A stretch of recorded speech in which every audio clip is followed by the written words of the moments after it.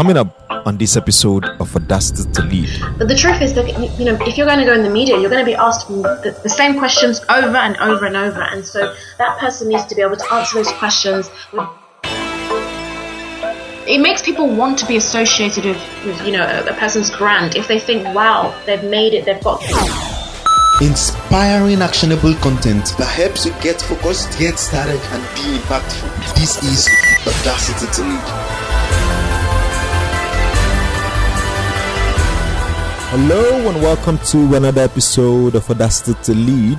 My name is Dayo Samuel, and this is the podcast where I give you the courage and necessary insight to step out and lead with more influence. My goal is to help you get focused, to get started, and be impactful. And this episode today is the journey of Queen Chioma, how she went from a baby right from the assemblies in her school to being the first Nigerian, the first African to do some amazing things in the UK. And today she actually shares with us how you can, using a story, to how you can go from online media to getting into local media. I trust that this particular episode will bring a lot of insights for you, and at the end of this episode you're going to leave with a lot of advice and practical steps that you can actually work with. So I welcome you again to this episode. In case you're listening to for the first time, you're welcome to Audacity to Lead, and once again my name is Dayo. Right about now, let me welcome the amazing Queen Chioma. Glad to have you on the show, Queen Chioma. Thank you so much. I'm so grateful to be here, Dayo Samuel. It's a wonderful blessing to be on your show. A very popular, famous show. Thank you. Today we'll be discussing how to get into local media and of course how to build something phenomenal out of that. But just before we get into that, I would like to do a little introduction about you, just to give a little background. Queen Chioma is an international motivational speaker. She's a presenter, a TV presenter in the UK, and a former beauty queen. And actually, I can attest to that because when I saw your picture, I was like, wow, she's actually beautiful. Oh, thank you. And you've worked as a pageant director before, and now you are a success coach. You've, over time, had over 100 TV appearances, which includes hosting TV shows, being in adverts, being a guest speaker, being on channels including Ben TV, ITV2, and RSTV, Nollywood TV, MTV, BBC One. Today, I think, and not just that I think, I'm confident of the fact that you have a wealth of experience under your belt that you can share with us as we go from taking things from online to local media. So I'm pretty much excited to have you here today, Queen Chioma. Thank you for the wonderful introduction. It was very, very kind and it made me really feel blessed. Thank you. Awesome. So just to take us a little back to before you started, how did you get into media, and what prompted you to get into media?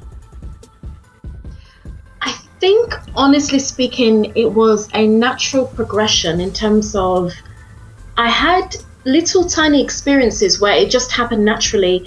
For example, the Queen was celebrating her birthday when I was about 8 years old. And so BBC One came to my school to interview, and they have the most powerful TV station in this country, in the UK. And so they came to my school and they wanted to interview us, like some of the kids, and I said I would like to be interviewed. And then my aunties, when I got home, they called me and they were like, Chioma, we've seen you on TV. And they were just shouting and screaming, and they were said, well done, how did you do this? And so that was how it happened. It was like that was the first breakthrough. And then it was an MTV audition, and it was for TV presenting. I did that show and I had my second appearance on TV when I was 19. And then from there, I think I just was so progressing in terms of my singing career. I was trying to be this big time UK singer and, just trying to go abroad and everything. And I just ended up meeting this producer at a show that I performed where I was performing for lots of governors and MPs and so on and so forth. And he gave me his card. And sometimes you think, oh, please, this is not going to be real. But then it turned out to be a very real opportunity, very authentic. And I was invited to go onto his TV show, and that was it. From that moment onwards, I ended up having consistent TV interviews, and then other people would invite me onto other shows. But I think, to be honest with you, along the journey, I think it also stems from the fact that I had a high level of charisma, and it was something I would always work on, having this level of charisma and being very friendly to people. So I made people like me. I made people think, wow, she's so nice, she's friendly, she's so kind, and she really makes people feel good. And I think that hospitality and charisma is also what led me to, it made people want to come near me or book me or say, oh yes, you should book her, have her on your show, have her perform at your event. So I think also the charisma was very important as well. Awesome. Wow. So you practically started from just trying to just be yourself, and you landed a big gig. That's quite interesting. Now, just to move a little backward, so to say. Now, when you got started at that time, was it like now I understand that you mentioned charisma, and we are going to talk about that as we go on. But then I just want to find out, was it like you really wanted to be on TV? Of course, you said you didn't plan it, but of course, was it a quiet desire you had, like you could, or what was it that actually prompted you to take up the opportunity for both the audition and even being in front of the audience that day that you were picked? Yes, that's such a good question. I think that what happened is, I was studying to become an actress. This was my big dream in life. I wanted to be, so in a way, yes, I wanted to be on TV in a TV program. And I had that very big dream. But that was the only dream I had. It was like this acting career. But then when, with having Nigerian parents, my mum wanted me to be very serious, become a lawyer. She didn't really want to hear all this acting stuff. So I thought to myself that, this is just a hobby, and then my real career is going to be law. But then I found that I just kept on being invited. I think it was just me being invited to go to this place or that place. And I remember there was one specific time when I went to do some singing at this studio. It was more like just a group project. It was young people's thing. But the man, I remember I was like messing around with my friends, and, we went to record this song, and he really got on my back. He was like, you better be serious and forget about your friends. It's not about them. It's about you. You are the star, and you better take this seriously. And he was really shouting at me, and I didn't know what on earth he was talking about at that point. But I found that because I just kept on getting the opportunity, I just took it as a sign eventually.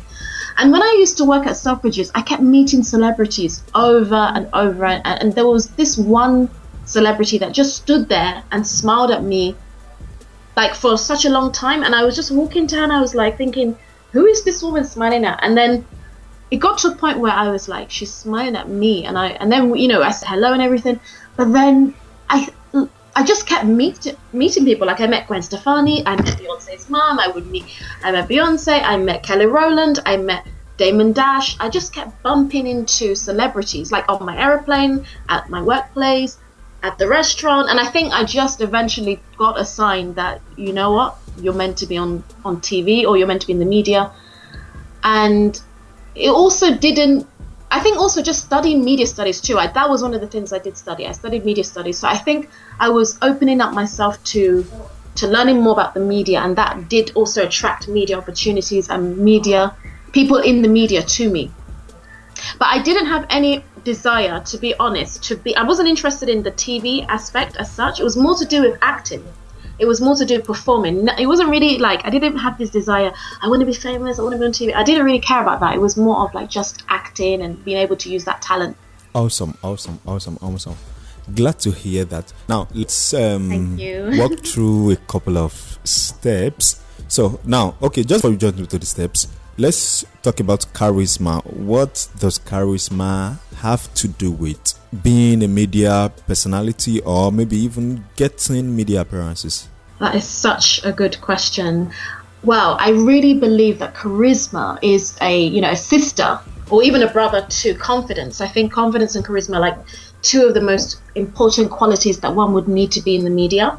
And I feel like charisma is when you're able to accentuate your beauty, your confidence, your stage presence, or your ability to speak with confidence, with oozing, having this presence about you, like a bit like a halo. You know, when the angel has the halo on the head, it's like having that like personality, and being able to transcend your personality, whether that's through a podcast, radio, camera, on stage, and just being lively, not dull, not boring. And I think that does also come with time. You know, it comes with watching yourself, listening to yourself back, and then improving, like working on the weaknesses that you have, and also learning just to treat people, I know it sounds a bit crazy, but to treat people like as if they're your fans. Mm-hmm. You know, not just seeing them as this is my friend, this is this, see them as people that do love and support you and that actually are rooting for you. You know, sometimes celebrities are a little bit in their own world. They believe all these good things that may not really be true, but you kind of have to believe it until it happens. You know, you have to believe everybody loves you, they're all on my side. And when you think like that, then that's when you start attracting the fans and the followers and the love and the support, and you start to manifest this reality that you are actually able to continue to break into the media. Awesome. I really like that.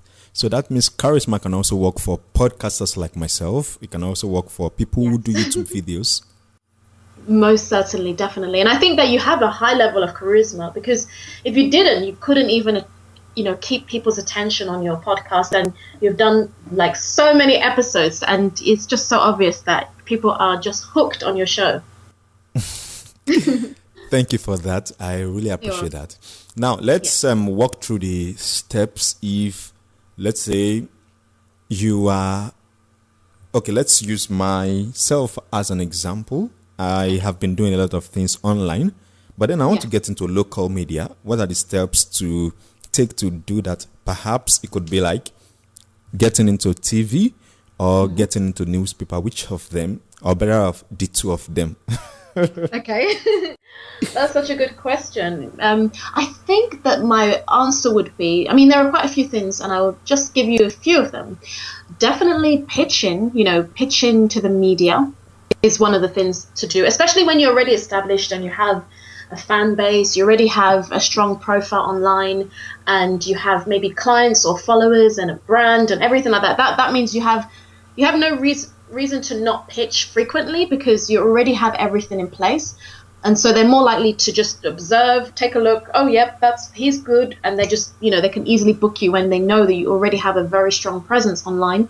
And I believe that when you're already in the media in some way, even if it's a photographer, videographer, podcaster, if you have any form of mediapreneur attached to your title, just some form of a career or a job that you do that is linked to the media, then they kind of see you as one of their own. So they're more likely to feature you because they see you as one of them already. I think that's something that some entrepreneurs need to be aware of. If they do have a YouTube channel, for example, they can start to be seen as the media, because they have a powerful platform to communicate to big audiences. And then I would say, and then another thing I would say is, I think it's about your message, like having a very strong message. What is it that you want to get across to the media? Is it that you're trying to inspire people with your story? Is there a campaign on that you want to contribute to or to talk about? Is it a charity fundraising mission? Like, I think there has to be some message, mission, or a story to share. So maybe you're trying to inspire somebody with your story of where you've come from and then where you are today. Or maybe sometimes as well, media like rising stars. So it could be, I'm where I am today. I've achieved all of this, but my big dream is this, and I need this show to help me to get to that level. to reach a bigger audience and everything. But the most important thing I think the media want to know is they want to know, why do you want to go on their show? Why do you want to be on my radio show, my TV show, my magazine? And it's about really making them feel like you absolutely love and like what they do, and you believe that your story, mission or message, or even your talent, can actually help the people that they are delivering their message to. And as long as you care about them and their people, that's what's going to make them think, yes, we want to book you. And then they definitely want high levels of confidence and charisma. If they think that the person is going to come on and they're going to be very shy and nervous and maybe cry and run off the show, then no, they don't want anyone like that. So yeah, it's important that one must make sure they really work on their interview skills. They are able to give, really quick answers. They're very, or even if they have to think, sometimes thinking is also good. And, silent pauses can be powerful on a show as well. But with it has to be done with intention, not just, being, they don't like one-worded answers. Yeah. Wow. That's pretty awesome. Thank you for walking me through that. The reason why I'm saying thank you for walking me through that is because I'm at this point where I'm now looking at getting into local media, because over time I've done a couple of things over the years online, and now I'm thinking, what if I could reach more people offline? What if I could impact more lives, help more businesses, help more persons take their message and transform their lives? So you have actually really helped me by discussing that right now. Thank you so much. Oh, that's good. Yeah, I believe you have everything it takes to be on TV and magazines, everything like that. Definitely. Oh, thank you. You're welcome. Now, to talk about YouTube, you have over 180,000 YouTube views on your videos on YouTube across 3 channels. Walk us through how you got to build something like that. That's huge to say. I have a YouTube channel, and over time, I think altogether they are not up to 1,000 views yet, but you have over 180,000 views. That's quite huge. How did you get to build that? Oh, thank you very much. I think that what I did to build the 180,000 video views is I just really, really kept delivering content. Even if I took a little bit of time off here and there, I would always come back with another video, and I would always try and deliver things from the heart. Like, I think people sometimes try to deliver messages or like try to follow the fame factor of what's popular, what's hot, and they follow these trends. And I think sometimes the trends are seasonal and they can become dry quickly, and people can lose interest when everything is a bit too manufactured. They want something real, organic and authentic. And I think I just always try to remain true to what is it I should deliver right now? What message should I deliver? And I would ask my fans and ask friends and everybody, what do you want me to do a video on? And so on and so forth. But most of the time, I would also search within myself, ask God, what do you think I should do? I'd write in my journal, and then I would come up with ideas and I would go for it. Another thing I think I did as well is I would work with professionals. So I really cannot take all the credit. Like I had people that would help me make really good videos, and I invested in a professional camera. That's another thing I did. And I didn't want to always film on my laptop, in my bedroom, I wanted to go out there and film. When I'm at an event, I film there too. So I want people to see that I'm on a journey, I'm going places, I'm taking you where I'm going. And I think that's what kept my audience hooked and interested. And speaking of video views, I actually had one incident experience where I sang the song Umbrella by Rihanna on YouTube, and my video actually went viral. Wow. It went really. I had even more videos. I deleted quite a lot because I wanted to sort of get rid of the videos that I felt like, when you think they're a little bit cheesy, and sometimes when I used to sing, I used to be a bit shy at that time. So I got to a point where the video went viral. It was every second people were commenting and liking. It was just crazy to the point. I've never seen something like that before. And I knew that I was going to hit into fame potentially. And I was at that point, I wasn't ready. So I I just quickly deleted the video because it got too much attention. And I think that's why I was saying to you before that it's important to have the confidence and the charisma, because when you have those two things, you don't fear growing. You don't fear growth. You don't fear progress. You don't fear quickly going to the top. And a lot of people can get a lot of views or this fame, and maybe they'll do one video, they'll do two, and then they get 10 views and they get scared and they delete the video. And so this is something that can happen, but I just want to encourage anybody out there that wants to do videos, just go for it. Don't be afraid. Don't keep deleting your videos. Just keep yourself out there long enough to build longevity and to build that real solid connection with your followers, and then everything will snowball after that.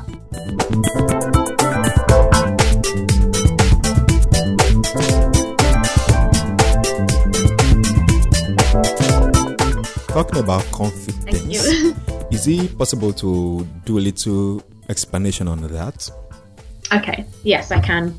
So confidence to me is, I don't think we always feel confident. I think confidence is something that, sometimes we may not feel confident, but I would say that confidence is linked to all the words surrounding it, such as bravery, such as courage, such as boldness, such as determination. There are certain words that are very, very close to the word confidence that we do need to tap into.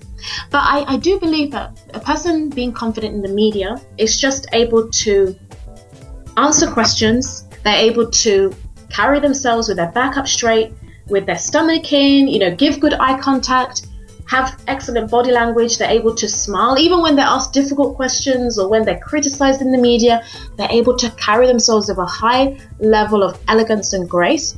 And this person also needs to understand and leverage the power of even repetition, which may seem like, why would I need to be repetitive? But the truth is that, if you're going to go in the media, you're going to be asked the same questions over and over and over. And so that person needs to be able to answer those questions with the same smile on their face, the same level of happiness and joy and excitement, and not act as if, oh, I've heard this 10 million times, I'm so bored now, don't ask me that ever again. Having that behavior of wherever you go, you're the same person. I think that's what a real confident person does. They're able to deliver this they make you feel as if you're the first person that's asking this question, rather than acting as if I've been asked this question 5 million times, I don't want to be asked again. Interesting. Wow. I think podcasters actually fall into that category of the last statement you made just now, that I've been asked this question over 1,000 times. or it may be somebody who appears on radio a lot of times. It's almost as if saying, tell us about yourself. It's one of the questions a lot of podcasters actually repeat almost every time. So I think I really, really get that. Now, over the years, you've actually authored a book called Festive Success, which is on Amazon. You've also been a multiple award-winning beauty queen. You were the winner of Miss Charity in UK and Miss Charity Europe. You were also the face of Europe 2011 and 2012. And I think that helped you to launch a business called UK Dazzling Beauty, if I'm right. Yep, that's correct. Awesome. And that happened to have helped your business. You've over time, or how should I say it now? Your business, UK Dazzling Beauty, has had over 50 press releases. Now, yeah, that's correct. How did you get to do all of those press releases? If you were going to start over again, how would you go about doing a press release? That's a good question. I mean, I just want to say quickly, just to clarify, with the Face of Europe competition, what happened is I won Miss Charity Europe and Miss Charity UK. So basically, Miss Charity UK, Face of Europe, Miss Charity Europe, Face of Europe.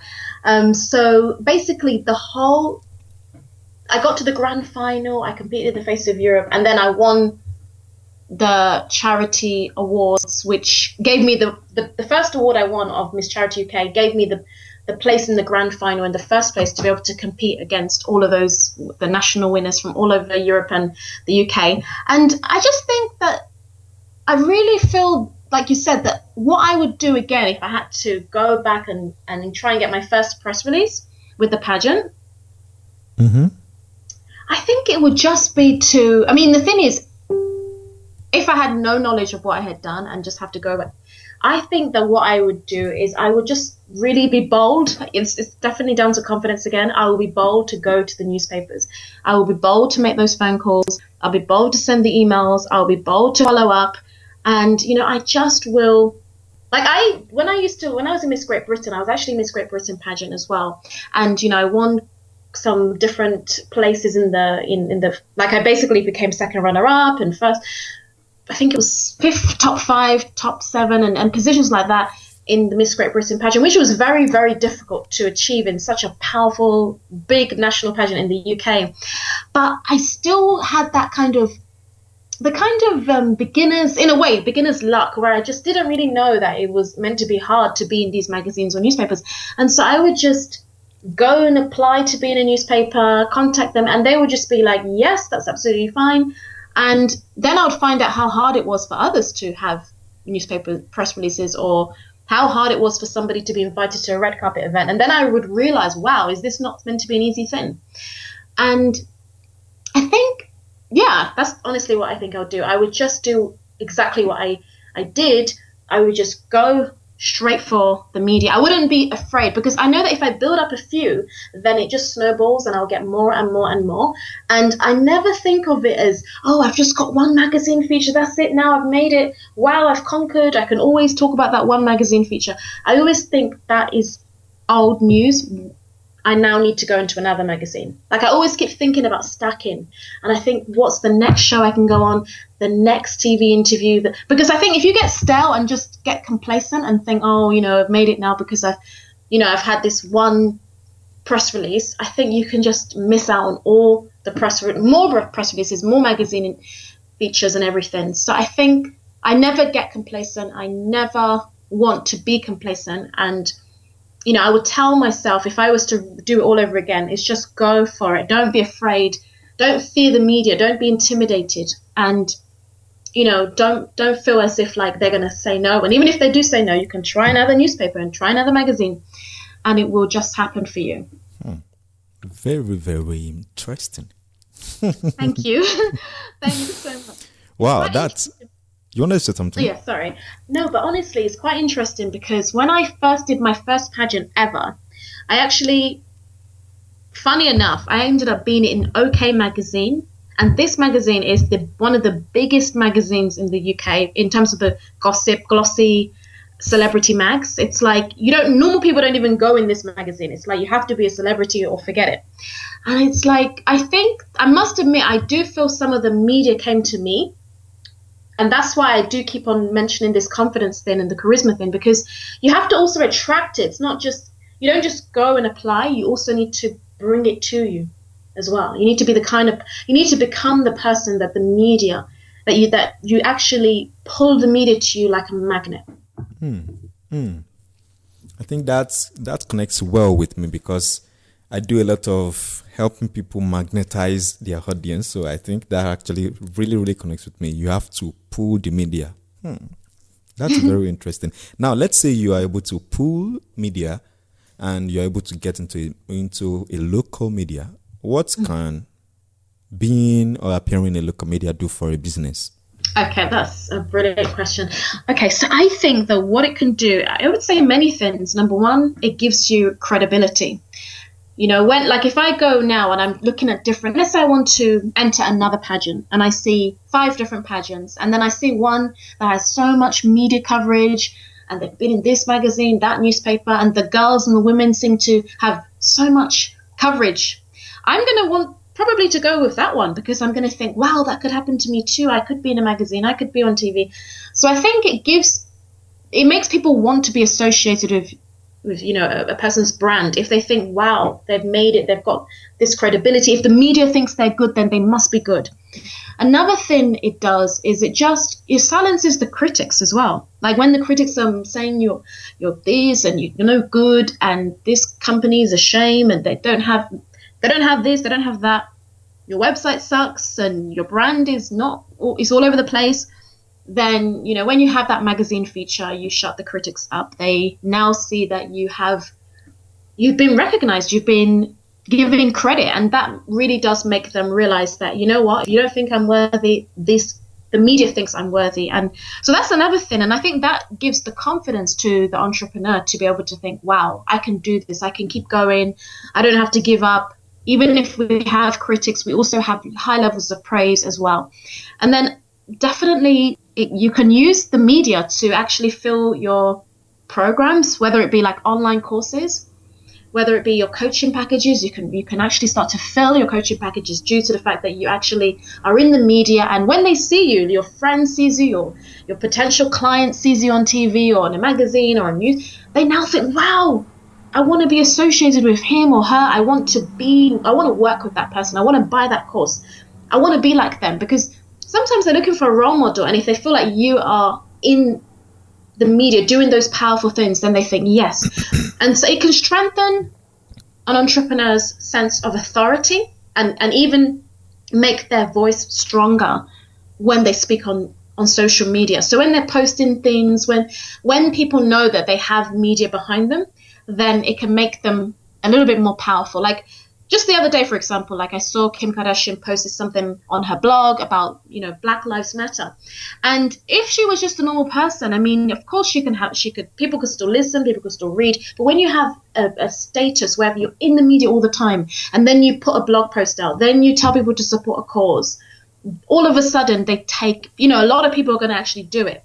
If, somebody like Madonna said right now, everybody follow this person. I mean, can you imagine how many people will follow that person?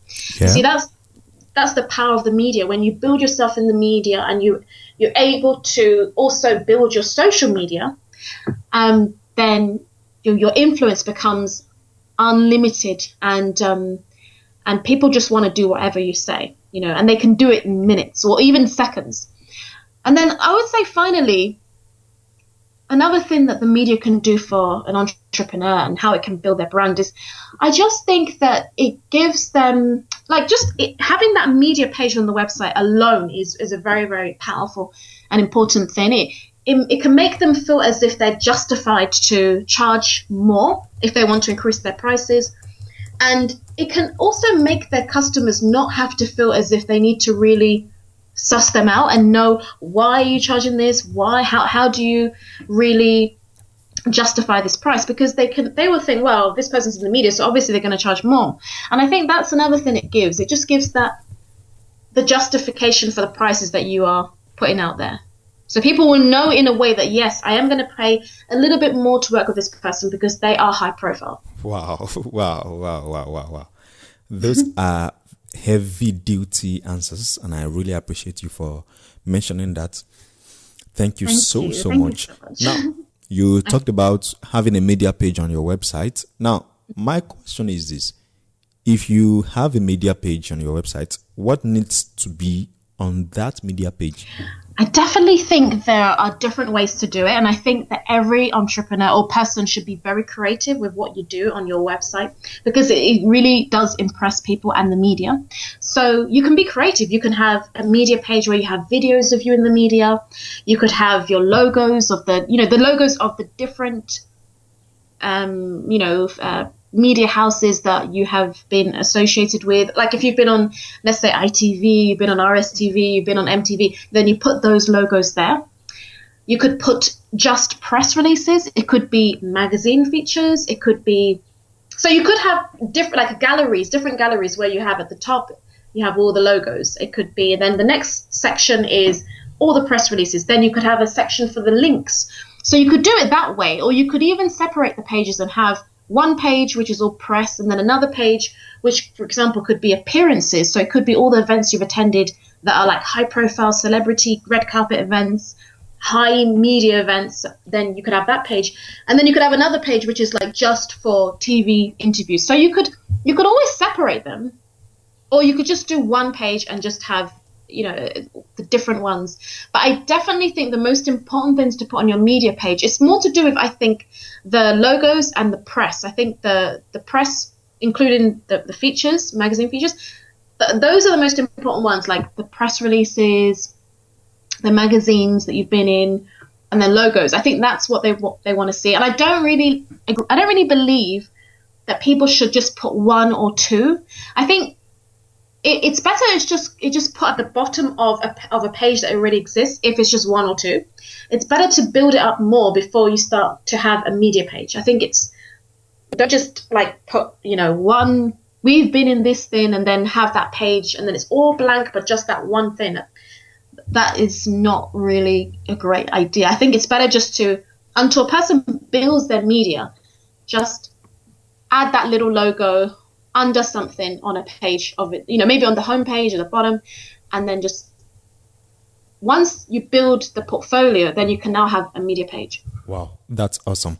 Interestingly, I'm actually checking out your site, queenchiomamedia.com, which is, I think you just recently launched that. Am I right? I did, yeah. It's not even really finished. It's like kind of got a bit more to do, but yes, it's definitely out there now. My coach put me on the spot. Yeah, she did. She featured me on something, and that was it. I had to she said, "Oh, now you can let everybody know your website. Go for it now." And I was like, "What?" And I realized that was the sign for me to just get everything out there and let everybody know that this website's out now. Now, you have a couple of coaching programs for media packages. So just give us a synopsis of what they are about. Okay. Oh, thank you. Yes, I do. I have, basically I was doing a lot of success coaching before, and, the pageant coaching. I used to have my, coaching pageant workshops and everything, but I knew I wanted to go to that high level, working with high level clients, and really wanted to start helping people in a different way. And so Jessica did suggest to me that, I really think you need to be working with entrepreneurs and giving them this media advice and the media coaching, because you just seem to have the amazing experience and everything like that. And I resisted for a while. I kept on wanting to do success. And she did finally make me realize that this is too broad. You need to really narrow down to this media, And so eventually I did listen, and I did make some changes, and I just ended up creating the media website. I mean, I still have my other website, which is Queen Chioma Official, the success coaching I do. I am going to be adding some success packages to my media website, and I'll be removing my other website. But I definitely do believe the media is, it's where it's happening for me. I have the tangible experience, and I believe that I can pass this on.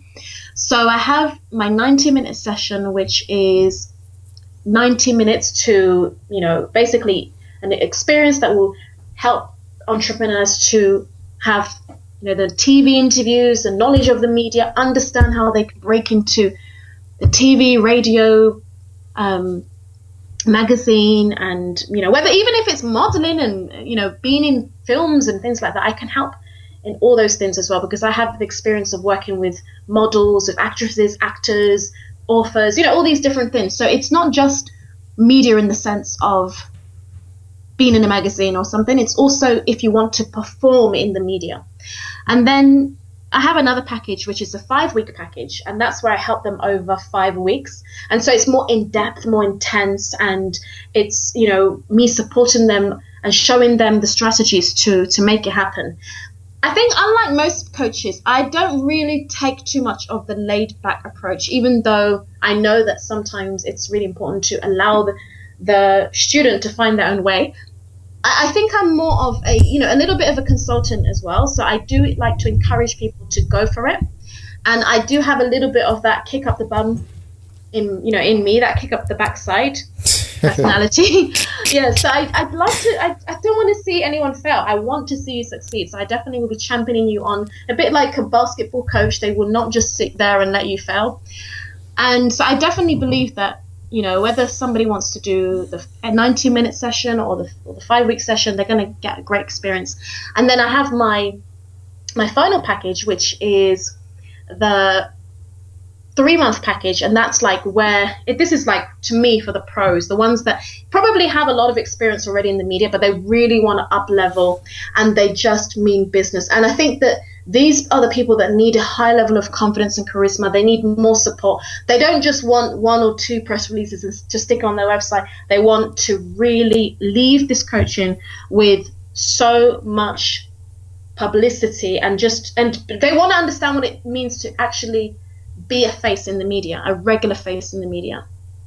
And if you think about all the celebrities that we know today, there is no way that they're left a day without PR, without having a strong PR team, having their publicist, their coach, their this, their that, and they have those people there, and they don't even need them because they're so successful. But the reason why they have them is because they cannot allow themselves to have one day where they are just average. They don't want to drop off that pedestal. They want to stay on that level of being high profile, being a celebrity, understanding what it takes to be a star. And I think that that's something that would really benefit somebody that wants to have a long career in the media and not just like the one-off press release here or there.